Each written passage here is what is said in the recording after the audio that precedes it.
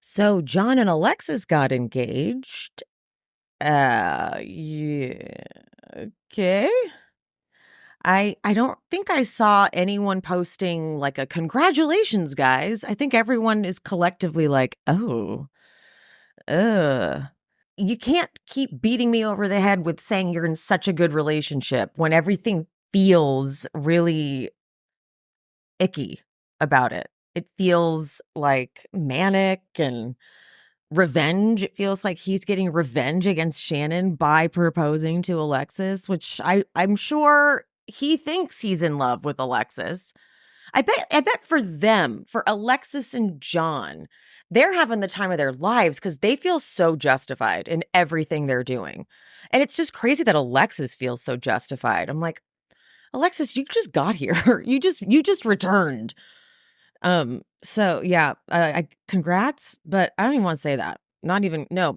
I take that back. No congrats, okay? Because this is a big old mistake. This feels like we're watching him love bomb her, manipulate her, but she's more than happy to go with it. And I don't really see Alexis feels like the kind of person that actually might be cool with that for the rest of the relationship. Look how she put up with Jim Bellino.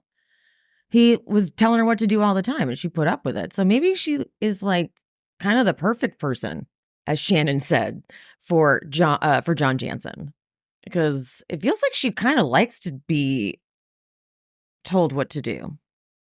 Even though she says she doesn't do that anymore in one of her over the top annoying confessionals that she did. No one is gonna hush me. Okay. But okay. So they're engaged. Okay. Anyway, okay, last week I was prepping for the live show and I didn't get to recap episode 7. And so I'm going to do episode 7 and episode 8 today. Let's do it.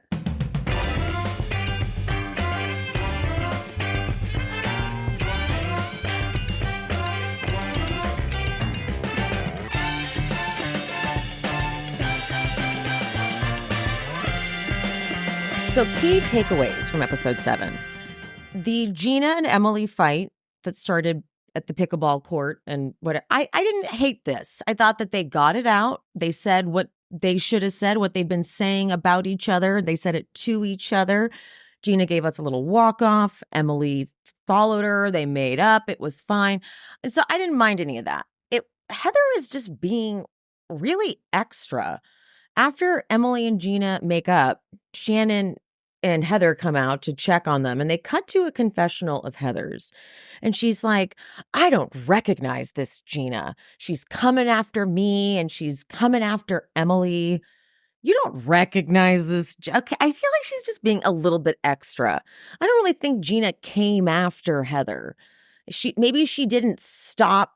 She didn't try hard enough maybe to stop what Katie was saying.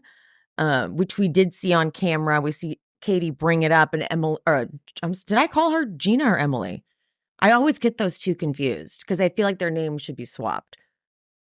Gina should have stopped Katie, I guess.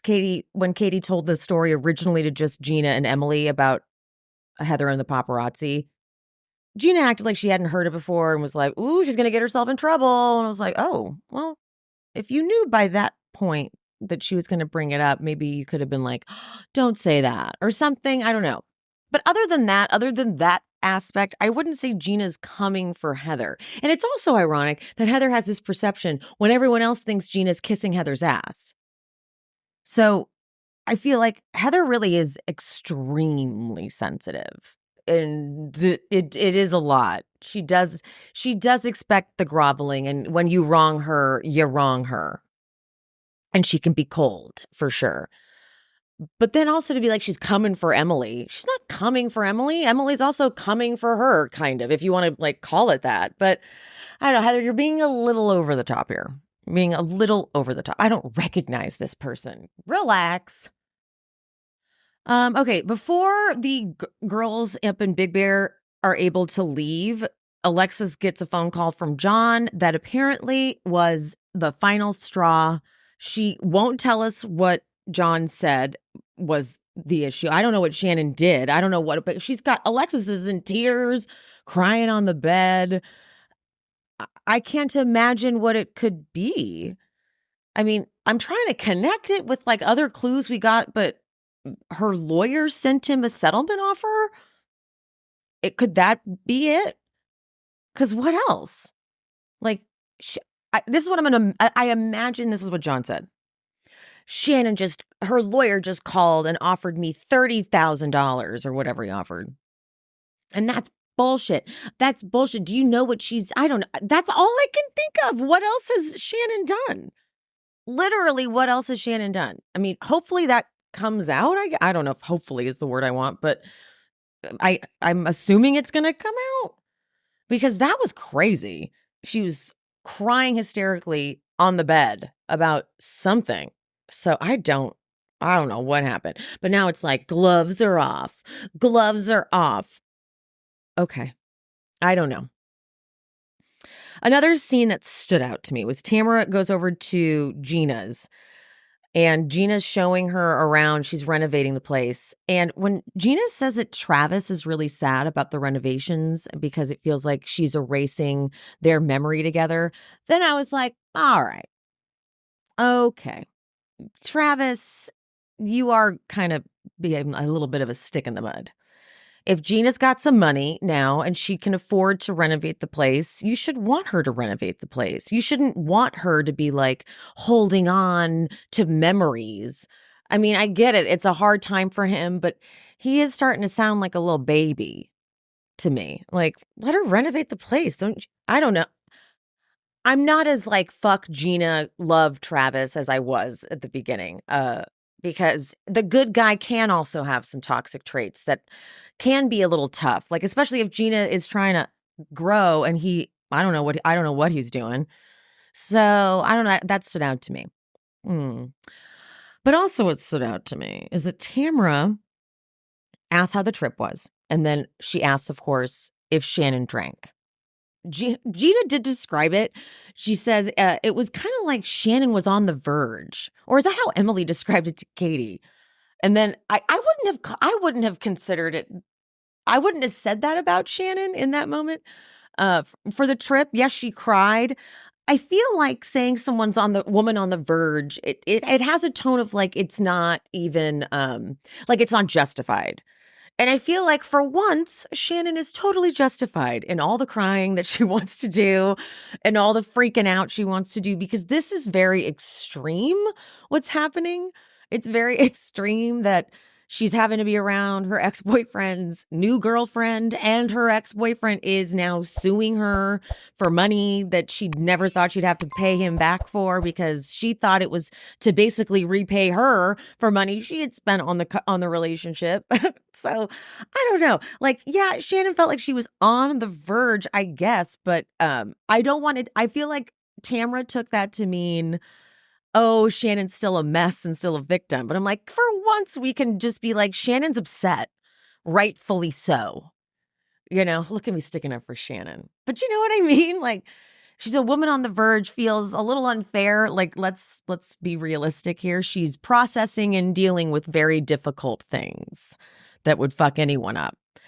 So, but Tamra asks if Shannon drank, and then Gina says yes. And Tamra goes, because she likes to drink. Well, obviously. I think Tamra's lost her direction on why she's mad at Shannon. I do. I think even Tamra is kind of confused by how angry she is. Now that she's here, she felt like justified when she first ended the friendship and had the falling out. But I feel like now that she's around other people who are dealing with Shannon and have their issues with Shannon, but are like, she's doing really well, I think she's forgetting why and how and what she's mad at. Because she's like, she likes to drink. It's like, but we know that. We know that. Now, look, I'm going to back it up for a second. I know I've been very pro Shannon. Shannon is awesome and she's doing great. And for me, that's kind of nuts. I will say that knowing that these videos exist of the Ring camera footage and that it's a lot of stuff and it could ruin her life, it does imply that Shannon was driving drunk more often and more frequently, and that there were a lot of really bad fights that were alcohol driven. But and that she does need to own up to. She does. She needs to be accountable for that. But I get why Shannon went to the program or whatever she called it, the treatment center or whatever it was, for like a relation, like a love relationship, etc. stuff, because I can see how Shannon's need to have a partner who sucks when it's David or when it's John. I can see how that was the core of her problem, the inner issue. The drinking was a symptom of that. And Shannon's alone now and not trying to date anyone. That to me is a great sign. So I get why I know we only know a little tiny fraction of Shannon's drinking, but I actually do see how her trying to stay in fucked up relationships not made her, but it's symptomatic. It's like, then you drink. It's all of it kind of piles on top of each other, typically. So I get why. I'm just trying to understand the anger, and I don't want to be like, show us the tapes, but it's like, everyone has bad moments. Everyone has bad times in life. And if you're trying to grow from those moments, which she is like, I see someone who's trying to grow. I do. And so the only reason to be like, oh, we're going to show these videos is if she was truly not working on herself at all, not taking accountability, not owning up to the DUI. If she was doing that, then it'd be like, here are these videos to like slap some sense into her, maybe. But she's working on it. She's trying to move on. And okay, back to this moment. When she tries to say to Gina, it's just different. There's a difference between having an alcohol problem or a drinking problem and just being an asshole when you drink. And then she's like, even you, Gina, you didn't have a drinking problem. And Gina's like, no, I did. And she's trying to like get people to maybe to match the narrative they had before filming started. Maybe there were a lot of conversations happening prior to cameras up about Shannon, which kind of makes sense now that I'm saying I'm trying so hard to piece this show together and understand the deep-rooted hatred that Tamra has for Shannon and all these things that we don't see and whatever. But I'm trying to put it together. I'm thinking that maybe everybody was talking a bunch of shit about Shannon, which they were allowed to do. Shannon was an asshole last year. So, okay, fine, fair. And then the season starts, cameras are up, and they're like, well, but we've seen Shannon, and she's actually appears to be improving. Tamra didn't anticipate that. It's just like Tamra doesn't seem, she tries to switch back into, I'm coming from a place of concern. But it's like, are you? Because you don't feel very educated on how to deal with someone who has a drinking problem that you care about. Because the things you're doing you don't yell at someone, you're an alcoholic. You don't yell that at someone and then expect them to be like, you're right. That's not going to be productive. So she needs to like get like a training or something on how to do it. And it's not like this, okay? It's not. Hello, She's Speaking listeners. This episode is proudly brought to you by Lola V, Jennifer Aniston's award-winning hair care line. And that queen knows hair. I've been using Lola V like my life depends on it. My hair is still recovering from a year ago when I decided to double bleach it. Never again. First, let's talk ingredients. The ingredients in Lola V are all about the naturally derived plant-based goodness. No silicones, no sulfates, no parabens or gluten, and of course, cruelty-free and vegan. But the in-shower trio of the restorative shampoo and conditioner and intensive repair treatment, vital. I use the intensive repair treatment once a week. I use the restorative shampoo and conditioner every day. Every day. I have to wash my hair every day right now. It's a whole thing, guys. But the post-shower products, the glossing detangler, everything. the perfecting leave-in conditioner, and the lightweight hair oil is the best hair oil I can get. See, I have a lot of thin hair, so it gets weighed down very easily, but it's also frizzy. Such a lovely combination. But the lightweight hair oil is legitimately lightweight. It's like a feather. Does not weigh my hair down. Gives it a nice little gloss, and it protects it from heat damage. That's the thing I've been really relying on. It's not only repairing damage, but preventing damage as well, protecting the hair. Unlock Jennifer Anniston-approved hair at lolav.com. As our loyal listeners, you'll get 15% off your entire order when you use code SheSpeaks15 at checkout. That's 15% off your order at LOLAVIE.com with promo code SheSpeaks15. Please note you can only use one promo code per order and discounts can't be combined. After you purchase, they'll ask where you heard about them. Please support the show and tell them we sent you. Your hair will thank you. So Tamra and Shannon, they have their dinner. Tamra starts it off by saying, I know this is probably difficult for you, so I just want to get it out there. I was really hoping you would be the one to reach out to me to meet. What? What? First, the way she's like, I know this is probably difficult for you. And it has a tone of like, because you're just a mess. It had a tone to it for sure. But why the fuck would Shannon reach out to you after that dinner? And so Shannon goes, you have been defaming me. And Tamra goes, defaming you? I don't say things that aren't true. And then Shannon goes, well, you did. And then Tamra goes so over the top. Oh, you did. You did. Oh, well, you didn't. Okay. Like, whoa. And then Shannon has a great clap back. She goes, oh, should I tell you to calm down now? Well done. Well done. Well done. Well done. And Tamra goes, no, I'm just mimicking you so you know what you look like. You sound like a child. That's what a child would do. So you know what you sound like. Okay. And then she has the nerve to say, I'm just trying to make things better. What? How? So then Shannon repeats, you have been defaming me for 8 weeks. Tamra says, how? And Shannon, you keep saying, oh, you drunk, you need to be sober. You know nothing about me. Now that's where Shannon, and I'm like, yeah, I wouldn't say she knows nothing about you. You've been friends for quite some time. She knows quite a bit about you. So that's a little silly, but that's probably her go-to when she feels defensive, for sure. And like, I wouldn't say that Tamra's defaming Shannon. She's just being a fucking bitch. But she's not like defaming her. That's not true. But it doesn't matter. It doesn't really matter. Shannon goes, I am just focusing on being healthy. And then Tamra goes, so you don't drink anymore? Come on. You know she does. So she's like, I'm still drinking. So you don't have a drinking problem. Shannon, well, look, I am very aware of it. I am very aware I've had this problem. And I was using alcohol during dark times. And then Tamra goes, and you don't think sneaking alcohol is a problem? And Shannon, I thought Shannon was going to deny that because she goes, well, that was one time. That was one time. Oh.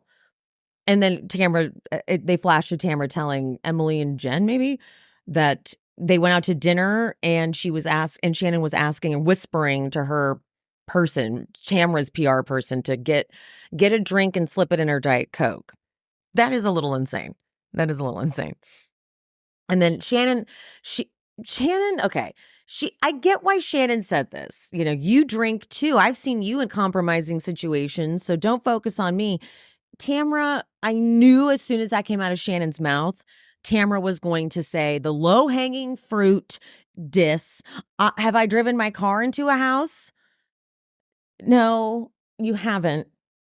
Okay. And then Shannon walks away and Shannon's like, get my purse. She goes to the bathroom. She's like, make sure you get my purse. I'm like, why? She's like, I can't, I may not come back. But I was like, Tamra, no. Also, like, maybe accept that you do drink excessively. sometimes. Maybe you could say, look, I'm talking about Tamra, yeah, I've been drinking too much when we're filming the show.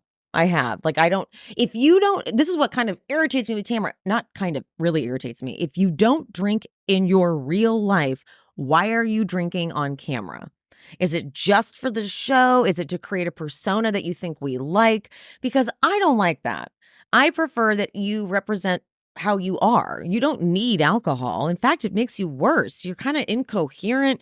And she tries to say, like, it's because I never drink. And when I do, I get so drunk. Okay, but then maybe just don't drink then. You can still be crazy, still be fun, all of those things. Because when you get drunk, you are really vicious and it's not okay. And that's why earlier when I said, I think I had a drinking problem, I'm not an alcoholic. You can have a drinking problem and not be an addict. And if your drinking is a problem for someone else, it's probably not good. For example, Kyle on Summer House. Kyle does have a drinking problem. I know he would hate to hear that, but he does. He absolutely has a problem with his wife now when he drinks too much. Now Amanda seems to be just like dead inside to the whole thing. But that's for another day. That's for Summer House. That's for Summer House chat. But I do think that Tamra could acknowledge that when she drinks just for the show, and even if it is just for the show, the shit that comes out of her mouth and the way she behaves, it's not great. But then, yeah, sure, you get to throw it back in Shannon's face that she drove a car into a house. Sure. But it does just feel like deflecting. But I knew as soon as Shannon said that, I'm like, here Tamra goes. And Shannon's in there for quite some time. A producer comes over and hangs out with Tamra because she's just sitting there by herself. Tamra's like, is she coming back? He's like, I don't know. And she goes, is she getting a drink? See, you do that. You do that, Tamra. Don't do that. Like, and then you're like, I'm just here to make things better. Okay. No, you're not. Shannon's confessional is that Tamra is lucky that I don't go as low as she does because I could. I would love to hear it. So Shannon finally comes back to the table and she's like, I just, when things get hard, I need to walk away. I need to separate myself. And then she says, I have not received more support than I have recently. And then this offends Tamra. Because she's like, oh, so the past 10 years of being your friend and there was no support and whatever. And then she goes, all I'm trying to do is make things better. And all you're doing is being defensive and yelling at me. And Shannon's like, you're yelling at me. I'm not yelling at you. Yes, you are. And Shannon goes, oh, for once Tamra has come. Do you know how off the rails you were at dinner and sticking up for Alexis Bellino? Shannon delivers lines so dramatically. It's like it used to really irritate me, but somehow like I have settled into just appreciating it for what it is, I guess. And then Tamra's like, Alexis, what does it say? Oh, with the money you owe John. Yeah, that part where you announced it for everyone at the table, threw it in her face. That part was bad. That wasn't good. Okay. It's bad. All right. Shannon's like, but then this whole next part just immediately snaps Tamra out of it because Shannon goes, I don't owe him money. I never signed a promissory note. I paid for everything the first 2 years. And then she starts to cry. I paid for everything the first 2 years. And now I have to go through all these things and realize how stupid I was. And then suddenly Tamra's like, oh man, I know. So is he really suing you? Oh, I feel so bad. And then boom, it's over. Tamra goes, okay, look, I did just want to invite you and Vicky to come to the party that I'm throwing. And Shannon's like, are you serious? And they hug and it's over. And it's, I don't get it. I was like, what happened? How did Tamra just now realize that Shannon is a whole person in front of you that you've known for a long time and that this is going to be painful for her? What, okay, glad you came to that conclusion finally, but Jesus, come on. It's like whiplash with these two. And now in real time, when they do interviews, they say there will never be a reconciliation. So cool. Okay. So clearly it doesn't continue. This relationship is crazy. Okay. Enough of that. Let's go into episode 8 because the weird whiplash I get with this dynamic continues. But first of all, Shannon taking us on her journey to learn how to do the breathalyzer was a brilliant move. I think Shannon is playing to her strengths with this post DUI thing. Watching Shannon learn how to do anything is going to be slightly entertaining, especially when something like this is so heavy. Like when he kept saying, okay, but if you didn't turn on your car first or you didn't turn this on first or whatever, it'll be a violation. And the way her eyes just bug out because she's funny when she's scared, I guess. And her just seeming not useless, but just being so overwhelmed with the whole thing. It was endearing and funny and comedic and, it's her owning up to it. I did notice, though, because I know I talk about this all the time, but the lack of continuity in the confessional setups just drives me absolutely crazy. The first time we see Shannon in this red suit getup, the lighting is perfect. The body looks perfect. The framing is perfect. We're getting a new, same look, different setup. And the lighting is not as good. And it's like, she looks like was this like pre-facelift and then the other one was post-facelift? Because her eyes are drooping down.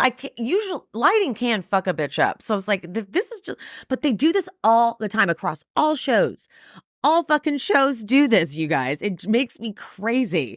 I'm like, just repeat whatever you set up. It's making me insane. Because they'll sometimes use the same look confessional, but 2 different looks to say the same sentence. So it's such an abrupt shift. But let me know if you guys know what I'm talking about. Because when they cut to the confessional look, I'm like, wait, this is the same look, but like not quite the same setup. And she doesn't look as good. I hate to say it. Anyway, Katie opens up a little bit about her first marriage when she does yoga with Jen after like a yoga sesh. And we get a little backstory. It's kind of, we already sort of knew some of it. And the filing I read on last week's episode was like, that broke down even more stuff that she's obviously not going to talk about.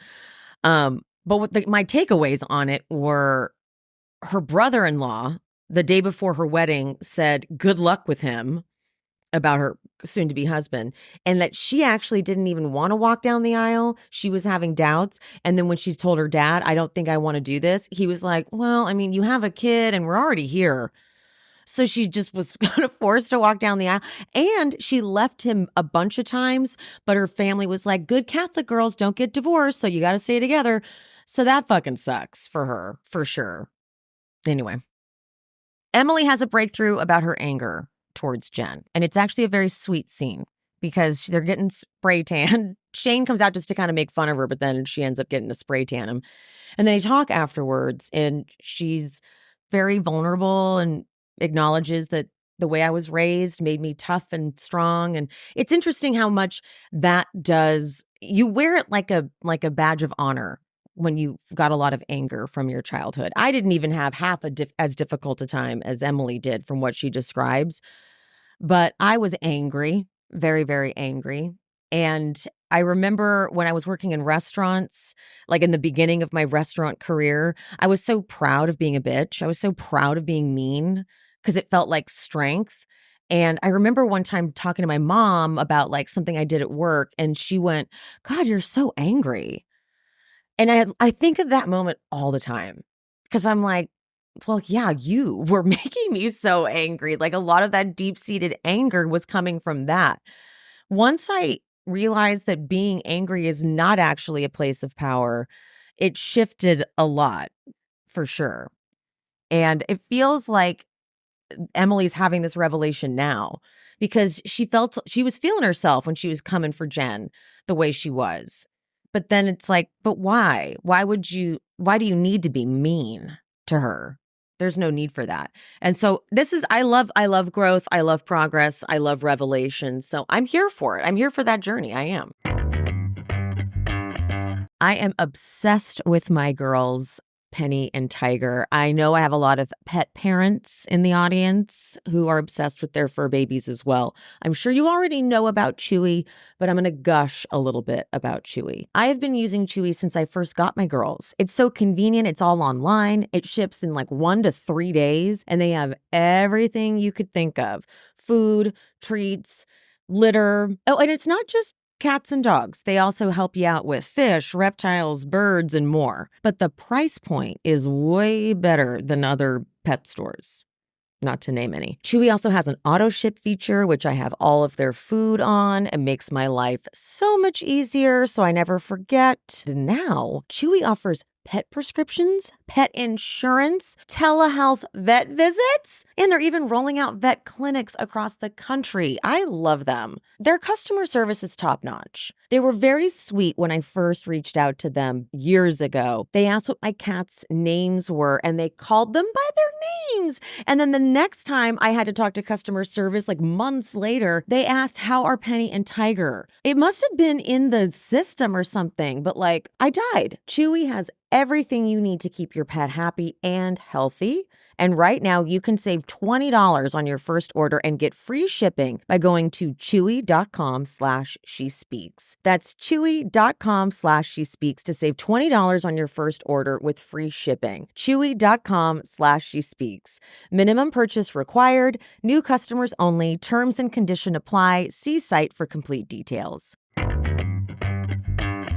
You guys know I got a complicated relationship with food, but I do really love Hungry Root. It's oddly comforting. It's not like your typical subscription meal service. You get anything you could possibly need on there. You get groceries, fresh produce, even supplements. But what I love about it is I've been introduced to brands I didn't know about. So you fill out a quiz when you first sign up, and it gets to know what your goals are and what you like to eat, etc. And they do craft a cart for you every week. I personally like to clear the cart and just go shopping for snacks. Because, I don't like to cook. But this time I went outside of my normal box and looked at meals that could be done in 5 minutes or less. And I came across the turkey cranberry brie sandwiches. Oh, they just send you what you need to make the sandwiches. So I had a meal all week. You guys, they send these little brie medallions that you melt on the bread, some spinach, some turkey, a little cranberry. Oh my God, I'm getting them again. But I also get a ton of snacks,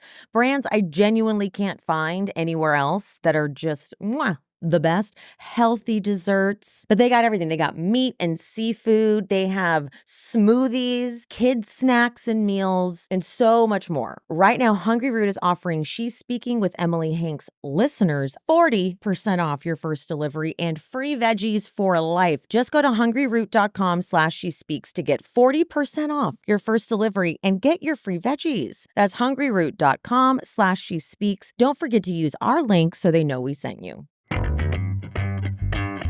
So Tamra wants to do this Traders themed party thing, and I refuse to be tricked into talking about Teddy on this podcast.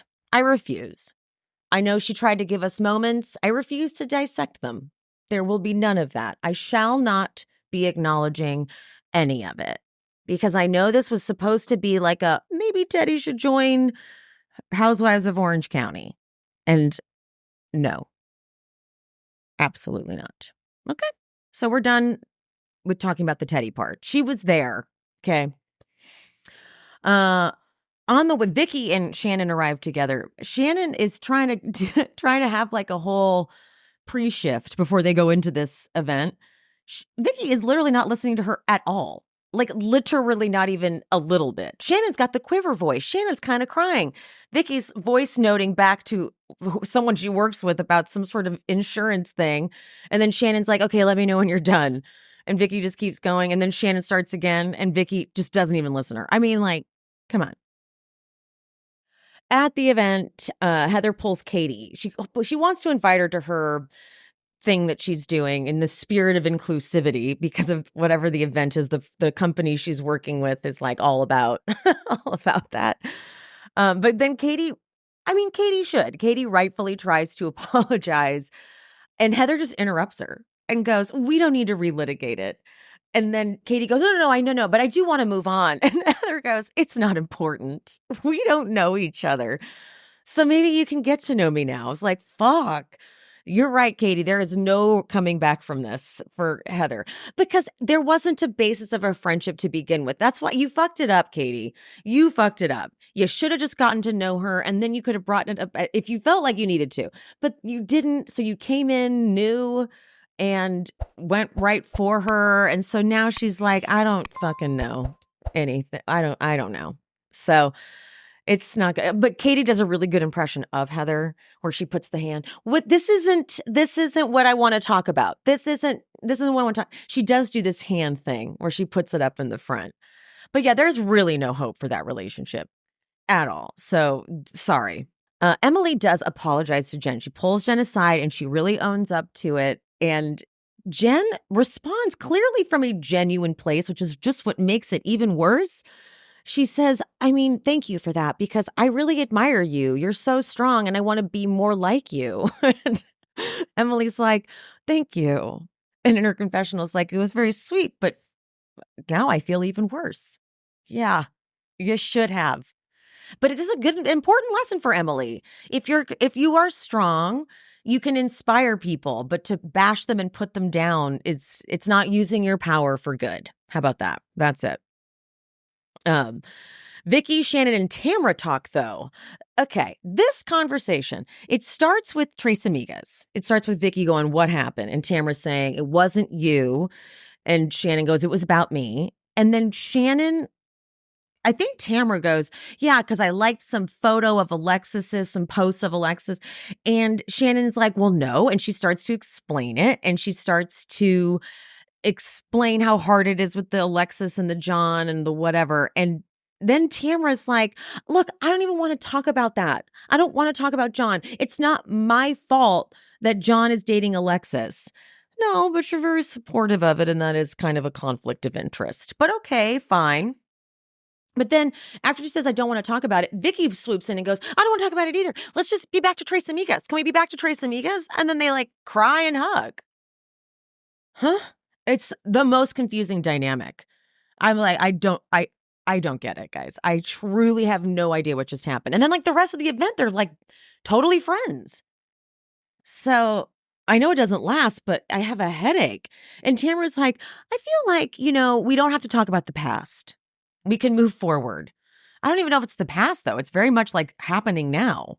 That's not the past. They always say that, too. We just won't talk about the past and we'll just keep moving forward. That is like, that should be tattooed on all their foreheads. This event's kind of a dud. It is pouring rain wherever they are, and it's cold. No one seems to be having fun. They're all freezing. Like, why are they not doing this inside? Is this because of filming or something? But it was not enjoyable. I could tell no one really gave a shit. And also, we all knew it was Heather, right? When they showed the like disguised traitor, it was clear in the cadence of the voice that it was Heather. But Teddy pushing Tamra in the pool was weird. That was so fucking bizarre. Was she expecting it to turn into like a whole everyone gets in the pool moment? Because it's so cold, no one wanted to do that. Tamra looked like she was freezing. I wouldn't be surprised if Tamra caught a cold from that.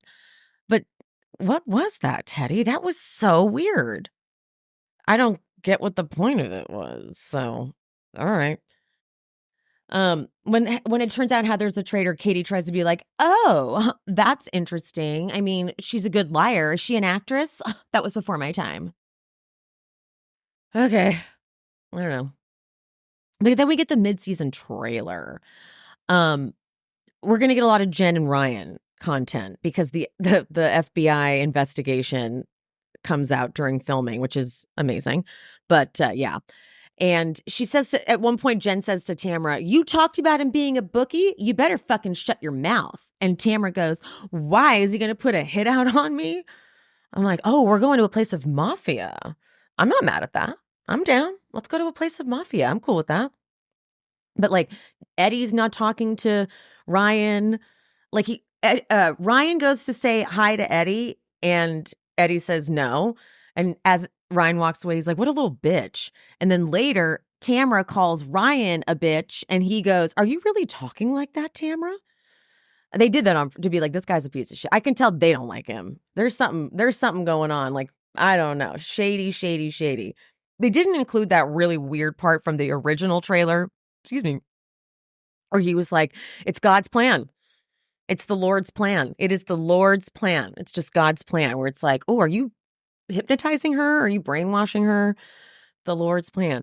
I am interested to hear how he explains it. I feel like he won't be able to say anything because it's like an ongoing investigation. So he'll be like, I can't talk about it. But he said he was cooperating with the authorities for like a plea deal or whatever. So I don't know. But also John Janssen, I already talked about this, but John Janssen is showing up to film. It looks like maybe that's the finale episode. They're all dressed up. And Shannon's like, I'll take an Uber. I don't fucking blame her. I don't blame her. I don't know. There's nothing else that really stuck out to me. Right? Those are big things. Those are definitely big things. Heather and Gina. They have some big fight in London. So it looks good. It looked good. It looked fun. It looked like there's a lot of action. Fun to, chat about, whatever. Except for the Shannon, John, Alexis part. That part's just very hard. Very sad. But yeah. How are you guys liking this season? I think I'm enjoying it. I get excited for a new episode. And I have to say, even though it's heavy with the like John, Alexis, Shannon stuff, it's not dark yet for me. It's not gone to that place. There's enough other little silly things happening, like silly feuds, that's keeping me entertained. So I'm enjoying it, but I wonder how you guys feel. Well, anywho's, I'm gonna go. I'm gonna wrap this up. Love you guys so much. Mean it. And I'll see you next time. Bye. Thanks for tuning in to She's Speaking with Emily Hanks. This show is produced, hosted, and edited by me, Emily, and brought to you in partnership with Cloud 10 Media. If you are looking for bonus content, check out the Patreon. The link is in the description. To show some support, you can hit that subscribe button and turn on notifications so you never miss an episode. Another free way to support the pod, please rate and/or review on whatever platform you listen. It's free, and it helps the algorithm or something. You could also head to buymeacoffee.com/shespeaks and buy me a coffee or two. Make sure you're following me on all social medias. I am She's Speaking with Emily Hanks across all platforms: Threads, TikTok, Instagram, Facebook. That's it. Thank you guys. See you soon.